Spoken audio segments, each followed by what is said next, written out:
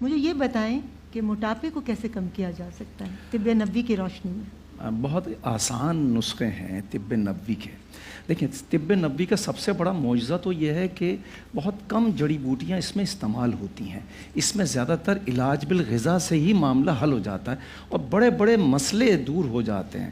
اب جیسے کہ میں آپ کی خدمت میں عرض کروں کہ اگر موٹاپا دور کرنا چاہتے ہیں تو بہت ہی آسان ترین ایک بات بتاتا ہوں آپ کو، اور پھر اس پہ ایک ٹھوس دلیل بھی دوں گا کہ اگر مچھلی کو، تازہ مچھلی کو، ایک تو یہاں پر ہمارے ملک میں بھی اب تازہ مچھلی ملنے لگ گئی ہے، شیلف رکھے ہوتے ہیں شیشے کے، اس میں تازہ مچھلی تیر رہی ہوتی ہے، وہ مل جاتی ہے. اب یہاں پہ کراچی میں کئی جگہ مل رہی ہے تازہ مچھلی. آپ اس کو بنوائیں اور بنوانے کے بعد اس کو پکائیں، اور پکانے کے بعد اس کو دوپہر میں بھی تقریباً 200 گرام اور رات کو بھی 200 گرام کا اگر آپ استعمال کریں تو دیکھیں گے آپ 20 سے 22 دن میں آپ کا وزن کافی تیزی سے گرنا شروع ہو جائے گا.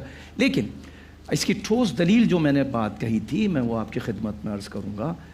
آپ نے کبھی بھی ہمارے بنگالی بھائیوں کو موٹا نہیں دیکھا ہوگا، سب سلم ہوتے ہیں.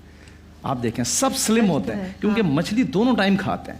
اور یہ میرے پاک نبی صلی اللہ علیہ وآلہ وسلم کا قول ہے کہ مچھلی کھانے سے جسم سے چربی کھل جاتی ہے، انسان سلم ہو جاتا ہے.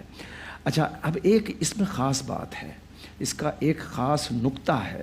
وہ نقطہ یہ ہے کہ آپ دوپہر میں تو مچھلی کھائیں، لیکن رات میں جب مچھلی کھائیں تو رات میں مچھلی کھانے کے بعد اس پر تھوڑا سا شہد یا 1 یا 2 کھجور کھا لیں، تاکہ اس کا کیا فائدہ ہے؟ ہاں ہوتا یہ ہے کہ رات میں مچھلی کھانے کے بعد رگ فالج آپ کی متحرک ہو جاتی ہے، ایکٹیو ہو جاتی ہے. جتنے بھی فالج ہوتے ہیں 99% فالج رات کو ہی ہوتے ہیں. آپ مچھلی کھانے کے بعد 4 5 6 7 دن تک انسان خطرے میں رہتا ہے کہ فالج ہو سکتا ہے. اگر مچھلی کھانے کے بعد 1 گھنٹے 2 گھنٹے کے بعد بھی تھوڑا سا شہد یا تھوڑی سی کھجور کو چکھ لیا تو اس کے بعد فالج ہونے کا امکان بالکل 0% رہتا ہے. بہت بہت شکریہ.